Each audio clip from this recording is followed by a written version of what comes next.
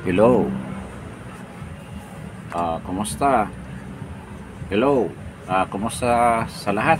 Ah, Good afternoon to everyone. This is Justin from Newspace.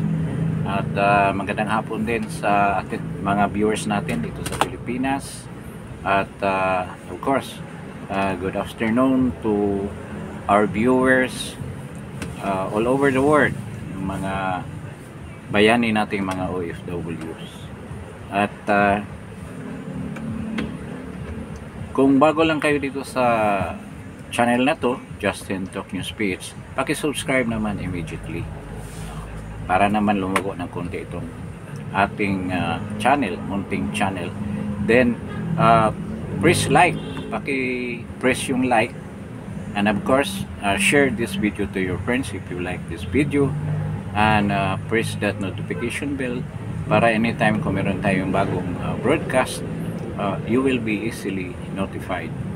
So this afternoon, meron tayong i-discuss na topic. It is in my thumbnail, in my topic this afternoon, regarding doon sa impeachment case ni VP Inday Sara. So pero bago natin i-mention yan, i-discuss ang topic na yan, bibigyan ko muna kayo kung paano nakarating sa ganyan na merong ang pinag-usapan na ngayon ay yung crossover o ang pag transmit ng impeachment case to the next Congress, which is the 20th Congress ng Senate ng Kongreso natin, ng bansa natin, 20th Congress in the Philippines, no? So from the 19th to the 20th. Ngayon, this is the 19th Congress. Dito linilitis, dito sinasampay yung kaso na yan. So i-discuss natin thoroughly yan. Then meron din akong other topic, ito tungkol doon sa some issues sa nangyaring birthday celebration ni VP Inday Sara. So ay di-discuss din natin yon slightly, yung mga maliliit na issue doon. Then we will be focusing dito sa issue ng crossover o yung paglipat ng impeachment case to the 20th Congress. So ganito kasi yun, di ba supposed to be June 2 yung opening ng session ng Senate na nangyari naman. Pero yung presentation ng mga ebidensya doon sa impeachment ni VP Inday Sara, supposed to be ipipresent ng mga prosecutor, ng mga congressman, ay sa June 2 din. But ang nangyari, hindi yun natuloy. Kasi pinospone ni Senate President Escudero, ni Chis Escudero, ang pag-present ng mga ebidensya ng prosecutor by June 11. At tandaan natin na sa June 13, magre-recess na or matatapos na. But ang actual na pagkatapos talaga ng 19th Congress is June 30. But sa June 13, matatapos na yung, hindi na sila magsisession. So yung session days nila between June 2 hanggang 13 lang. At mayroong mga reason si Chis Escudero bakit ginawa niya yan. This is a background lang. Siguro yung iba alam na nila yung pangyayari ito. Pero para ma-refresh tayo kung ano bang naganap na nagbigay ng decision si Chis Escudero na ilipat na lang sa June 11. Kasi ang kanyang rason ay maraming mga appointed officials, like yung mga member ng Constitutional Commission, mga member ng Armed Forces of the Philippines, at mga iba pang mga ahensya sa gobyerno na nangangailangan ng appointment ng isang pangulo. At ito, during the recess, Kailan ba sila nag-recess? I think April o March nag-recess sila, no? Then during that time, maraming inappoint ang Pangulo. So kailangan pa ng confirmation ng Senado, ng CA, para ma-confirm talaga sila sa mga posisyon na tinalaga ng Pangulo para sa kanila. So kailangan itong panahon na ito, dahil na-delay nga, na i-appoint yung mga tao na yan. Mahigit daw 300 officers or mga officers ng mga agencies na kailangan ng confirmation. At bukod dyan, mayroong mga bills kasi nag-lead-up na sila, nagkaroon sila ng legislative meeting ang Senate at saka Congress para i-discuss nga itong mga bills na dapat tatapusin ngayong 19 Congress. At marami daw mga bills, nakita na ninyo ang kawalang talaga ng ating pamahalaan. Marami mga bills na supposed to be maaprubahan na dapat, pero nga dahil nakapokus ito sa impeachment at ibang mga bagay, mga investigasyon dyan sa Senado, marami mga bills na naiiwan. Kaya doon sa lead-up meeting nila, pinagdesisyonan na 12 bills na lang, at most of them are economic bills na napaka-importante with regard to mga investors, yung mga mga parameters doon sa investments, kung paano ipatupad, nandiyan sa mga bills na yan. Kaya importanteng, sa totoo lang, dapat naman talaga ipasa yung mga bills na yan. Kaya instead, napakaraming bills na naiwan, 12 na lang ang kanilang pinili para aprubahan nitong natitirang panahon from June 2 to June 13. So, ilalaan nila yung panahon na yan para dyan. Tandaan natin na ang June 12 ay holiday. So, kung magkaroon ng presentation ng evidence by June 11, 12 walang pasok, 13, hindi talaga matatapos. Hindi talaga makumplito ang kanilang investigasyon. Kasi pag bigay nila ng presentation of their evidence against BP Sara sa impeachment case niya, kailangan isusumon din ang side ni BP Sara para magbigay ng kanilang counter dyan sa mga paratang na prinisinta ng prosecution team ng Kongreso dyan sa impeachment case. So, kung 10 araw, din sasagot ulit yung prosecution, hindi talaga abot dahil June 30, terminated na yung 19th Congress. So, talagang wala nang pag-asa talaga na matuloy itong itong impeachment case na to, kung titingnan natin. Pero, merong mga ibang idea o ibang mga sinasabi na basihan na yung ibang mga nasa opposition or nasa hindi malalaman, opposition, administrasyon, na mga senador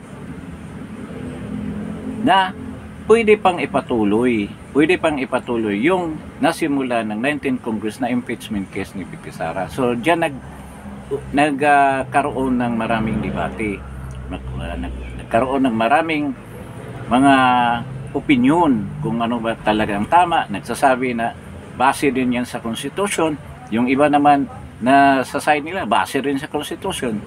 So yan ang isa-isa nating i-discuss. Ngayon, ang nagpresenta din nung una ay kasi nagkaroon nga sila ng meeting ng session noong June 2 kahapon. Ang nagpresent ay si Senator Tolentino, outgoing senator, kasi natalo nga to si Tolentino. Sayang nga ito sa totoo lang, ito kaibigan ni President Duterte, pero hindi malaman kung anong pumasok sa utak, bakit lumipat. Nung kapanahonan ni President Duterte, pinagkatiwalaan pa ngayon si Senator Tolentino, di ba, yung mga preparation doon sa Baguio, doon sa may, nalala ko, sa Isabela banda. Siya ang nag-manage yan. Siya ang mga preemptive evacuation, yung preposition ng mga relief goods. Siya ang namumuno doon sa grupo na nag-prepare para sa mga calamities. So, may tiwala sana si President Duterte niyan. Pero hindi malaman dahil nung huli, nagpaalam ni President Duterte na lilipat na doon sa alyansa, doon kay BBM. At humingi pa ng suporta kay President Duterte. Paano mangyari yun? Kaya sabi ni President Duterte, mahirap yung nasa kabila ka, tapos susuportahan kita, kakalabanin mo yung, siyempre, kakalabanin yung mga senador na ini-endorse ni President Duterte. So, nangyari talagang tumuloy siya dyan. Tumuloy siya dyan sa alyansa. So, sa malungkot na pangyayari, talaga natalo talaga siya. In fact, kasabay dun sa pagkatalo, si Navalos, si Revilla, Dan Sibinay, kasama sila. Ito naman si Tolentino, NUP yata ang partido nito. So ganyan, siya ang una nagpresenta. Kasi si Senator Tolentino, bihasa sa batas yan, international na batas. Meron siyang anong tawag nito, may license siya sa mga batas dyan sa Amerika. So doon ito sa Amerika nag-aral. So ngayon, ang interpretation ni Senator Tolentino ay wala nang visa, wala nang, hindi na siya pwedeng i-transmit o i-cross over o ipasa sa 20th Congress. Kasi kung hindi matapos itong, ang sabi niya, kapag hindi matapos itong impeachment case na to, deem na finish na, wala na, buwid na siya. Kung hindi matatapos, paano nga matapos? 13 presentation, summon sa 30 ang limit ng kanilang session. Para i-discuss yan, wala na. 13 nga, wala nang session pala ang Senado. Paano nga matapos? Kaya, ang sabi ni Senator Tolentino, talagang hindi na magiging automatic dismiss na yung impeachment case ni Pipi Sara. So, ngayon, malungkot na yung mga yung nasa kabila, lalo na yung mga komunista. Malulungkot sila kasi diyan sa declaration ni Senator Tolentino, hindi na talaga yan matuloy. Napaka-imposibleng ituloy yan daw dahil nga hindi nga ang basihan kasi niyan na natapusin yung impeachment case sa panahon na yan. Dahil hindi yan, wala nang jurisdiction yan kung ilipat mo sa 20th Congress. Wala na siyang jurisdiction. Iba na yun. Kasi ang mga senador ang mga congressman na nagsampa ng kaso na to ay hindi na yung mga congressman na nasa 20th Congress. Iba na. Iba na rin ang hahawakan nilang ibig sabihin, yung dati nilang sinampa ay hindi na pwede dalhin doon sa susunod na kongreso. So, yun ang sabi ni Senator Tolentino. At maraming siya mga sample doon. Sinabi kasi ng iba, hindi, kasi hindi naman legislative matter yan. That's an impeachment. Outside sa legislative matter yan. Pero may narinig din ako sa iba na ang sinasabi, all matters ay hindi na pwede kung matatapos ng lahat, even the bills, yung mga bills na pinasa, kung hindi mo mapasa ngayon 19th Congress, wala na yan, hindi na pwede. I-refile mo yan ulit kung doon sa 20th Congress. Sabi ng iba, hindi, ang impeachment kasi hindi legislative work. Pero nakalagay kasi doon sa kanilang rules, rules na ginawa ng Senado na all matters. Kasama ang impeachment. Kasi all matters lahat kasama. Hindi naman sinabi na except the impeachment case or yung mga kaso na hindi mga legislative work, pwedeng hindi isama yun. Hindi kasama yun. Kasi ang basihan nila, yung sa korte daw, yung mga dakit na mga kaso na halimbawa nawala yung judge, namatay yung isang judge, pwede pa rin daw ipapatuloy ng susunod na judge. Pero iba yan Iba yan. This is a political matter. So, iba ang doon din sa korte.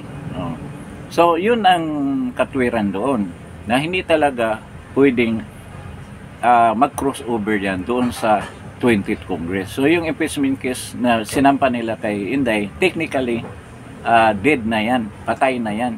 Hindi na yan pwedeng ipagpatuloy. So, parang kung titingnan natin, this is a victory para kay BP Inday Sara. So, yung sinasabi niyang bloodbath, hindi na matutuloy yun. Hindi na siya mag-expect ng bloodbath na mangyayari. Kasi dito pa lang na may mention sila na Balad and versus Congress. Yun palang kaso na yun, hindi yun ang desisyon na ng Supreme Court. Walang decision ang Supreme Court with regard kung pwede ba ipatuloy yan sa next Congress. So, kasi next Congress. Kasi itong kaso ni BP Inday Sara na nagkataon na nagpalit ng Kongreso ang pagsampa ng kaso, first time pala ito nangyari. So walang president, hindi siya katulad ng ibang mga tulad kay Irap. Yung kay Irap naman hindi talaga yung natapos kasi nag-walk out nga yung mga prosecutor, then in-archive yung in-archive muna yung yung impeachment complaint, pero sinabayan ng EDSA people power, kaya nagkaroon. So hindi talaga siya natapos. Kaya napatalsik si Irap. Hindi dahil doon sa impeachment, kung hindi dahil sa people power. So yun ang nangyari. Ngayon dito kay sa kaso ni BP Inday Sara, ngayon sabi nila all matter, nga daw, ibang araw si Risa Hontiveros, yun ang sinasabi niya. Dapat talaga ipatuloy yan dahil nasa konstitusyon. Totoo naman na nasa konstitusyon, pero hindi sinabi ng konstitusyon na pwede yan ilipat sa susunod na kongreso or mag-crossover o ipagpatuloy sa susunod na kongreso kung ma-terminate na yung unang kongreso, which is the 19th Congress. Hindi naman sinabi. Sabi ni Coco Pimentel, hindi rin sinabi na bawal. Di ba? Pero kung basihan mo doon sa rules nila, all matters na ginagawa sa 19th Congress, pagdating ng pag-terminate na ng kanilang ng kongreso mismo, hindi na pwede isampa yan, ipagpatuloy yan. Hindi yan pwede ulitin. So hanggang dyan lang yan. So yun ang, sa tingin ko, yun ang tamang interpretation dyan. Yung regarding din doon sa may mga intricacies kasi doon sa explanation ni Senator Tolentino. Kasi yung unang natin, Constitution 1937, ang binubuto pala noon ay 8. 24 din o 8. So may 16 na naiiwan. Sinadya daw yun dahil pattern yan sa US. Dahil sa US, 100 ang senators. Ang binubutuhan lang nila is 33. So maiwan yung 67. Ngayon, kung mayroong impeachment, kahit na magpalit ng Kongreso, magpalit ng administrasyon, Kongreso, magpalit, mayroon pa rin naiiwan na mga senador na magdesisyon. Kung may quorum dahil 66 67 Tapos sabi niya sa 100 ang 2/3 niyan is 66. So, may sobra na isa. Para kung may impeachment, may convict ka, pwede pa rin kahit na hindi pa papasok yung mga bagong senador. Pero dito diyan sa 1935 Constitution, yun nga nangyari. 24 din, pero 8 lang ang binubuto, 8 senador. So may naiwan na 16 kasi 24. So yun din, yun ang idea na may quorum siya, na kung may i-impeach, may maiwan na senador na magdesisyon. Which is, I think, 16 din yun para mag-convict ng impeachment. Pero dito daw siguro yung mga framers ng Constitution natin, during the time of Cory Aquino, nakalimutan nila yan, yung punto na yan, na dapat hindi talaga lahat, hindi 12 ang i-elect. Hindi 12 ang matatanggal sa isang cycle ng eleksyon tulad ng midterm. Kasi ang nangyari ngayon sa 12, paano magiging walang quorum? Dahil 12 hindi majority. Hindi rin makakonvict sa 2/3 dahil dapat 16. 12 lang yung naiiwan yun ang problema. Kung sabihin natin kung kaya pa nilang ipatuloy yung impeachment case ngayon. Pero hindi na nga dahil 30 na sa June 30. Kung kaya pa nilang ipatuloy, hindi rin sila makapag-desisyon ng tama dahil walang walang quorum. At the same time, hindi makakonvict dahil hindi 2/3 ang number ng mga senators na naiwan. 12 na lang sila. Di ba? And pagdating pa ng mapupunuan 29 ng July, after the SONA ng presidente. So ganyan ang mangyayari. So ngayon, yung iba pinipili talaga nila si Risa Ontiveros, si Dilima, hindi pa kasama sa prosecution yan dahil hindi pa naman tayo 20th Congress, 19 pa lang tayo. Then si Coco Pimentel talaga, hindi ko malaman. Alam na rin natin dahil nga malaki masama ang loob niyan sa PDP Laban na nawala sa kanila ni Pacquiao. Talunan si Pacquiao kasi Coco Pimentel talo rin yan sa congressman dyan sa Marikina. Masama ang loob nila, gusto talaga nila ipagpatuloy yung impeachment na yan. Alam naman natin kung anong purpose nila. So ngayon ganyan ang mangyayari. Sa tingin ko sa mga naririnig ko rin sa defense lawyers ni Inday Sara na posible na pagsimula ng ngayong July, kasi June na-terminate na ang 19th Congress, by July malaking possibility na mag-file si Inday Sara ng petition against dyan sa impeachment case niya. Yung mga defense lawyer niya mag-file ng petition na i-dismiss yan for the reason of jurisdiction, na wala ng jurisdiction ang 20th Congress dahil nga tapos na ang 19th Congress. So tapos na rin lahat na hindi natalakay, hindi natatapos na mga gawain tulad ng impeachment noong 19th Congress ay hindi na pwedeng ma-crossover o ipagpatuloy. So mangyari, mag-file ng petition ng defense lawyer ni VP Sara.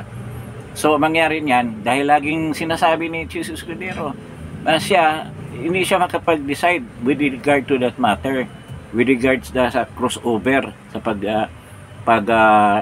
patuloy ng impeachment case sa 20th Congress. Ang mag-decide daw ang plenaryo.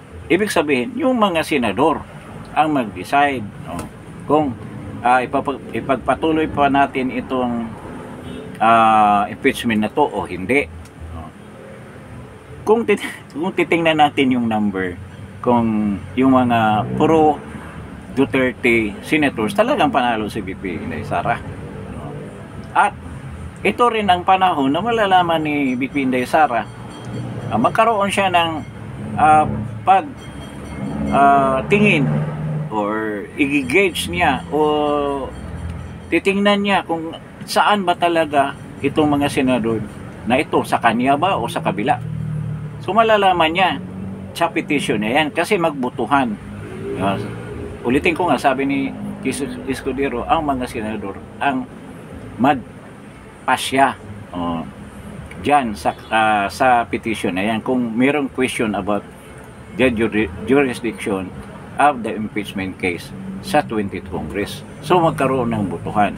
So, sa butuhan pa lang, alam na kung sino yung pro Duterte o pro Inday Sara. So malalaman na ni Inday Sara yan. Sabihin natin, mapunta sa kaso talaga yan, mananalo. Alam na ni BP Inday Sara sinong sa kanya at sinong hindi sa kanya. But with the numbers ngayon at saka sa gigil, lalo na si Senator Marcolita, na hindi talaga yan matutuloy yung impeachment na yan. Kaya nga, ito, siguradong pipilitin, hindi na kailang pipilitin dahil sa tingin ko, more than 12 na sila eh. Ang iba dyan, mag-abstain, hindi boboto. Tahimik lang. Kung tahimik lang yan, hindi nila makuha yung, I don't know kung majority ba yan, o 2/3 vote pa rin. Malamang, I think para yata dyan sa kaso na yan, sa with regards to the jurisdiction, I think majority lang kukunin. So 13 ang kailangan para hindi na yan matuloy. 13. Bilang-bilang natin, nasa 12 na eh. Kung may mag-abstain sa kabila, wala na rin. Hindi na talaga manalo. Kung halimbawa, ilagay lang natin 12 ang ano. So 12. So 12 din sa kanila. 12.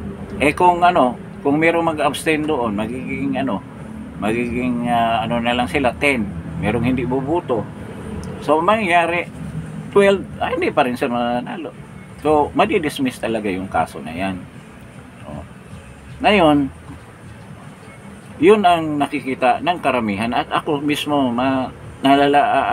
pakiramdam ko, matagal ko nang sinasabi ito sa mga vlog ko na hindi talaga matutuloy yung impeachment na yan. Hindi talaga yan mananalo. At ito na ngayon, ito na ang katotohanan na talagang walang kapag-asa ang impeachment case na yan. Kaya nga maraming beses na ako nagsasabi na last option na lang yung martial law para sa kay BBM kung gagawin niya yan.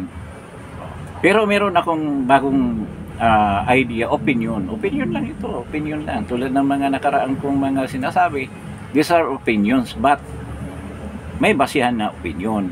Kaya nga naglahad tayo ng mga ganito dahil meron tayong nakikita na naging totoo. Yung iba talaga may impeachment si BP Sara o anong pangyayari, talagang nagkatotoo na hindi talaga matuloy ang impeachment. Ngayon, marami na mga dilawan, mga pulahan na naniniwala na hindi talaga matuloy. Si Drilon, dilawan. Anong sabi? Imposible na matuloy yan. At si Dilima, pinapatay na nila ang impeachment. Sign na talagang suko na sila dyan. At alam nila na hindi talaga matuloy ang impeachment na yan. Pero ako, meron ako nakikita ako na bakit nagkaganito, bakit na hindi yung forthwith na word na immediately magsimula, bakit hindi sinusunod yan ni Jesus Escudero? Paano ano palang nangyari nung una sinabi ni BBM na ayaw niya ng impeachment, si Tambalusos naman talagang binanatan niyo yung impeachment para matuloy.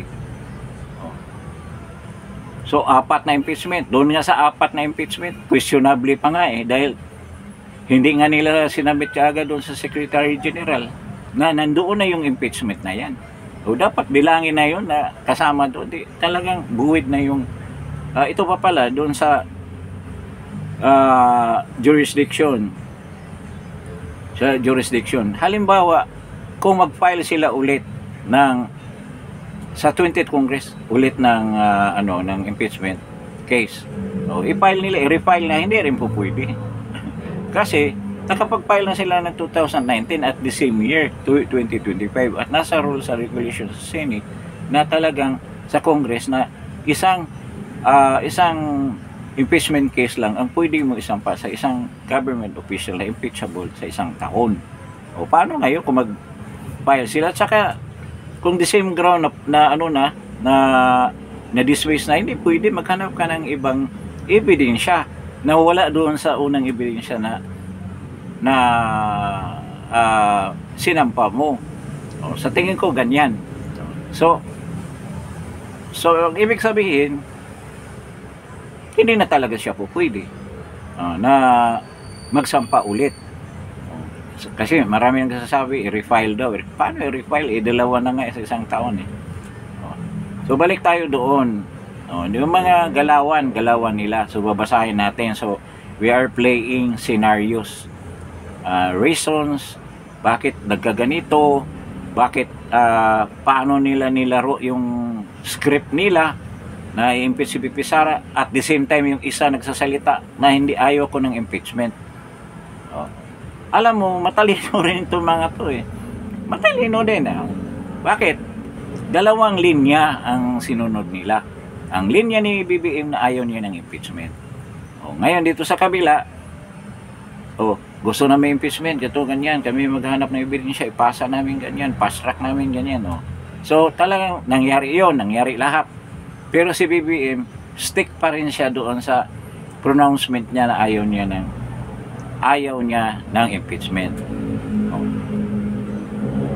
Pagdating sa nung March, after February 5, filing ng impeachment. Si BBM hindi siya nag-intervene. Hindi siya nagpatawag ng special session. Nagpatawag siya ng special session para simulan ang impeachment case na yan. Magtanong ka, bakit kaya? Kasi doon sa pag-file pa lang, doon sa mga questionabling ginawa ng mga congressman na halos hindi nga mabasa yung impeachment case. Kaya isa yun sa mga petition ni BP Sara sa Supreme Court na napaka-imposible. 3 hours na mabasa mo yung ilang pages. Ilan kayo? Napakarami ninyo. Kaya doon pa lang sa proseso, sa susundin dapat na regulation para bago masampa ang kaso, marami ng question. So doon nagdududa si PBBM sa tingin ko. Nagdududa siya, parang sabit itong pag-file ng impeachment na to. Kaya siya hindi bumitaw sa kanyang rhetoric, sa kanyang sinasabi, pronouncement, ayaw ko ng impeachment. Pero si Martin tuloy pa rin. So anong nangyari pagdating ng June 2, nakita na nila after the election, malamang yung naghahantay ng result ng election. Naghahantay sila para naman hindi masyadong negatibo na simulan nila yung impeachment before the election at maapektuhan sigurado yung election, magiging negative sa kanila. Pero ang pagkakamali nga ay bago mag-election, kinidnap nila si President Duterte. Di ba? Isa yan sa nagpataob sa kanila. Ang point ko, yung pagtawag ng special session, hindi nagpatawag si Bongbong Marcos. So tumuloy sila sa election. They were thinking before na mananalo sila ng majority, na walang mananalo kay President Duterte. Wala, baliktad ang pangyayari. Nakikita nila ang sentimento ng mga tao na grabe, pabor kay BP Inday Sara. Yun ang naisip niya. Ngayon kung ituloy natin itong impeachment at sasakyan natin to, hindi mangyayari, mananalo tayo. Kasi ang daming senators na nanalo sa Duterte. At siyempre, binilang-bilang nila, sino bang sasama nito na mga incumbent? Marami rin. Kaya nakita ni PBBM, hindi nila natin ituloy. Hindi na natin ituloy ito. Maghanap ka ng paraan. Yun na nangyayari dyan. tanongin natin si Chess kung tama ba yung nakahaka ko, yung supposition ko. Pero malamang yan common sense lang yan tagilid ka na ba't itutuloy mo? So sinabihan niya si Chess, anuhin mo yan, hanapan mo ng paraan. Madali lang yan, Mr. President. Ito wag na kayo, mga dilawan o mga loyalista, huwag kayo mainis. Basta yan lang, ano lang naman sa atin ano lang to, spekulasyon lang. So, malamang yun ang nangyari. Kasi hindi tinuloy. Pinuspon sa 11, ano pang i-discuss dyan? Ilang araw? 13 mag-recess na. Paano pang i-discuss? After the presentation of evidence, June 12, holiday. Then 13, wala ng session sa sunod na araw. Paano pa i-discuss yan? Talagang patay na yan. Alam ni BBM yan. At siguro naisip niya, ito si Chess Escudero, patay ang sabi na nasa plenary yan. Nasa plenary yan na kung anong desisyon nila. So ngayon, parang pumabulsa sa mga ni BP Inday Sara, pero hindi kasi alam na nila na yan ang mangyayari. Na kung magbutuhan, matatalo talaga sila. Kaya sinakyan na rin niya. Isa pa, ayaw niya matanggal niyan sa posisyon na yan. Baka naman, hindi ako maniwala na si Tito Soto ang papalit dyan. Isa sa mga senador ng Duterte ang papalit dyan, sigurado. Ang Duterte Black, bakit naman sila bato, mga tanga ba yan? Na ibibigay nila kay Soto? Sino ba si Soto? Alyansa yan Bakit ibibigay nila doon? Si Bongo na lang o si Marcolita. Huwag lang si Aimee. Mahirap na yan. Matuloy yung nila, balak. Kasi sasabihin ko kung ano ring balak sa ginagawa. Paano naka-impluensya si Aimee kay BBM. Hindi niyo mababasa yan, pero ako nababasa ko yan. Itong ginawa ito, diretso na tayo sa side ni Aimee. Malamang itong ginawa niya ito, spekulasyon lang to, playing scenario tayo na itong sa tingin natin na scenario, opinion natin to. So, ang nangyayari diyan, naghanap ng solusyon si Aimee na ma-appease ang mga Duterte sa pangyayaring ito. Magkaroon ng totoo yung sinasabi ng reconciliation ni BBM. Pero hindi lang niya panindigan. Hindi niya panindigan. Kaya ang kumikilo sa pagkangayon, ito si Aimee. Kumilo si Aimee. Makita mo. Kasi hindi nila kayang kumprontahin sa point na to. Nahirapan na sila kumprontahin ang mga Duterte dahil nga sa suporta ng mga tao. So ito si Aimee, sabi niya, nag-iisa na lang daw siya ng pamilya niya, parang ayaw na sa kanya, pero hindi ako maniwala dyan. Ang intention lang talaga nila na hindi lulubog ang pangalan nila. Hindi lulubog ultimately na lagay sa isip ng mga tao ang kawalang hiyaan ng ginawa ni BBM at maapektuhan ang ibang mga member ng kanilang pamilya. Dahil ito si Aimee, may mga anak niya mayroong ambisyon na magiging politiko rin. Ang dami ng mga Marcoses na nasa mga local positions na. At sigurado ako may mga ambisyon yan na papasok sa mga national positions. At ito ang pinoprotektahan ni Aimee. Siguro nakita ni BBM ganyan pala, madadama yung mga anak ko lahat. So unti-unti, hindi naman nakakahiya na sabihin mo yung siguro nagkakamali siya doon sa sinabi niyang reconciliation. Nagkamali siya doon. Pero alam naman natin ang may intention niya na makipag-reconcile talaga siya sa mga Duterte.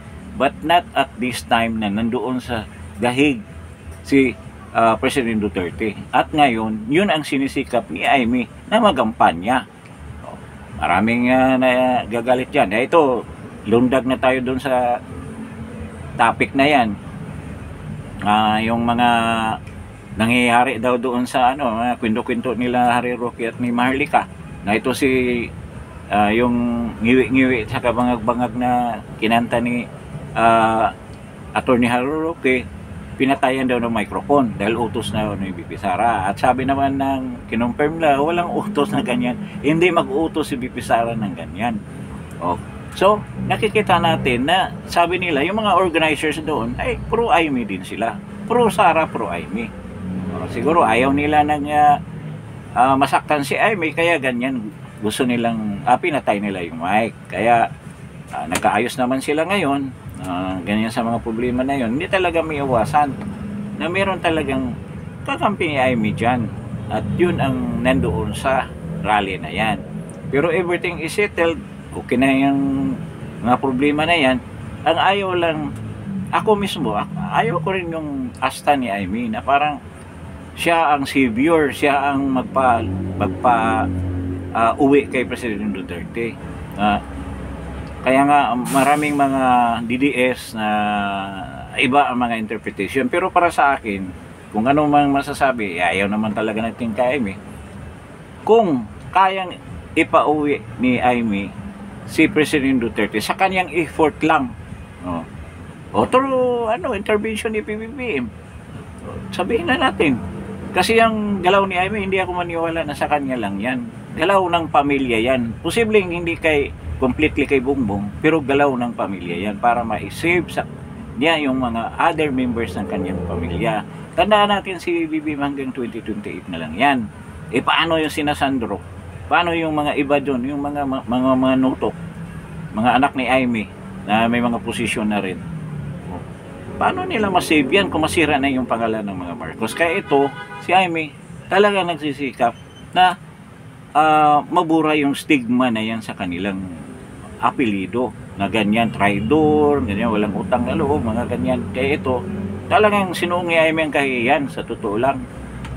Talagang credit din sa kanya yan. Pero kung hanggang lang siya, salita-salita lang na ganyan, makatulong siya sa pagpauwi kay President Duterte, pero walang konkretong solid na ginagawa na move para mapauwi sa President Duterte, walang kwenta yan. Pero ito nga, dahil hindi naman tayo bumuto ni Aimee, kung gagawin niya na siya ang mag-initiate, sabihin na natin si BBM, ulitin ko, at mapauwi niya successfully si President Duterte, talagang I will give him my full support and appreciation for what she did kung magagawa niya. That's what she will do kung magagawa niya successfully yan. Dapat magpasalamat tayo sa ginagawa niya. Pero hindi ibig sabihin makalimutan ko yung ginawa ng pamilya niya. Pero hindi na tayo ganyan init sa kanila, mga Marcoses. Choice na natin kung susuportahan ba natin o hindi sila. Pero that doesn't mean na we completely forgive them. Pero makita natin yung ginawa nila na talagang totoo pala ang kanilang intention na pauwiin sa President Duterte kung mangyari yan. Yung iba naman, interpretation ng ibang DDS, gusto lang pumapil yan. Kaya, kung mapauwi si President Duterte, sasabihin na naman na sila ang nagpapauwi. Hindi. Kailangan talaga siya ang makikita natin na through her effort and through the effort of her brother, ang presidente. Kasi presidente yan. I think may power pa rin yan. At sila ang nagsuko niyan doon. Pwede nila bawiin yan. Diba? I-withdraw lahat na kaso. Hindi ba papauwiin yan? Sabihin na meron lang gumawa ng kapalpakan dito kaya nangyari yan. Pwede yan. Kainin niya yung pride niya ni BBM. So yun ang pangyayari doon sa The Hague. So ngayon makikita ko na yan talaga doon sa ginawa nila na pag-postpone ni Chis Escudero. Alam na nila, ramdam nila na hindi talaga sila mananalo sa impeachment. Kaya ganito ang nangyari. Isa pa rin ito, si Chis Escudero nga, yung pagiging presidente niya sa Senate, pinoprotektahan niya. At kung ako naman sa side nila Bato, huwag kayong pumayag na kung magpalit talaga ng Senate President, na dapat naman talaga palitan si Chis. Bagong kongreso na yan, nandiyan pa rin siya. Wala rin naman siyang remarkable na nagawa diyan sa Senado. Sunod-sunuran lang naman siya ng kina Lisa at kay BBM. So, kung magpalit, dapat galing yan sa Duterte Black. Yun ang dapat mangyari. At sa tingin ko, yan ang mangyayari. Yan ang susunod na mangyayari. Yan hindi si Soto. Tagal-tagal na ni Soto dyan sa Senado. Ano bang nangyayari? Ano bang nagawa niya? Wala rin. Puro oo lang yan. Walang nangyari dyan. Kaya, dapat mag-iba na naman ang image, ang picture ng Senado na medyo naman nakasabay dito sa pangyayaring ito na talagang the emergence of the Dutertes nandito na. Magaganap na ang emergence sa mga hindi na mapipigilan yan. Isa nga lang ang makakapigil yan, mag-declare sila ng martial law. Pero I don't know kung yan ang nasa isip ni PBBM. Kasi right now, parang gusto niyang gumawa ng mga bagay para bumango ang kanyang administrasyon. I hope nagagawin niya yan. Sincero siya sa ginagawa niya. Huwag siyang gumawa ng ibang bagay na makakasira na naman sa kanila. At yung mga ambisyon nila, ibubulsa na nila muna yan kasi hindi mangyayari yan. Iba ang gusto ng mga tao na uupo dyan sa Malacanang. Yan, walang iba kung hindi si BP Inday Sara. Wala na, ngayon pa lang nagsisimula na mga OFW, ngayon pa lang gusto na nila si BP Sara ang uupo. Paano ka manalo niyan? Ngayon pa lang yan. Lalo na kung itong impeachment hindi matuloy, wala na kayong rason. Ano pa bang ipaparatang nyo kay sa mga Duterte? Ano pang paraan? Yung paghuli nyo kay Roque, related ba yan sa mga Duterte? Gusto nga nyo i-relate yan na idadama yung pangalan ni President Duterte kaya gusto nyo hulihin talaga si Roque. Yung pang pinag-iabang ni nakikita na natin ngayon. Ito nga sinasabi nila na paramihan ng huli daw yung mga pulis, makikita doon sa performance. Kahit na may kasalanan o wala siguro, kahit na hindi kriminal o ano lang, pinaparatangan lang, huli na. Para kasi by the numbers na ngayon kung sinong marami, yun ang sikat, yun ang mapupromote. So delikado tayo ngayon. So yung topic na yan, i-discuss na natin yan on the later vlogs natin, mga susunod nating vlog. So ito, medyo mahaba na ngayong discussions natin for this episode. At siguro hanggang dito na lang tayo sa pagkangayon. Then yung mga other topics na ilalabas natin, medyo mabilis kasi ang pangyayari sa bansa natin ngayon. So we will be discussing them later vlogs. So maraming salamat sa pagdalo ninyo doon sa mga regular viewers. Salamat po. At doon sa mga bago pa lang dito sa channel na to, mga new viewers natin, paki-subscribe naman at paki-press ng like. Thank you for coming over to this channel, and thank you doon sa mga regular viewers for continuously patronizing Justin Talk News page. With this, maraming salamat at good afternoon sa inyong lahat. Thank you po.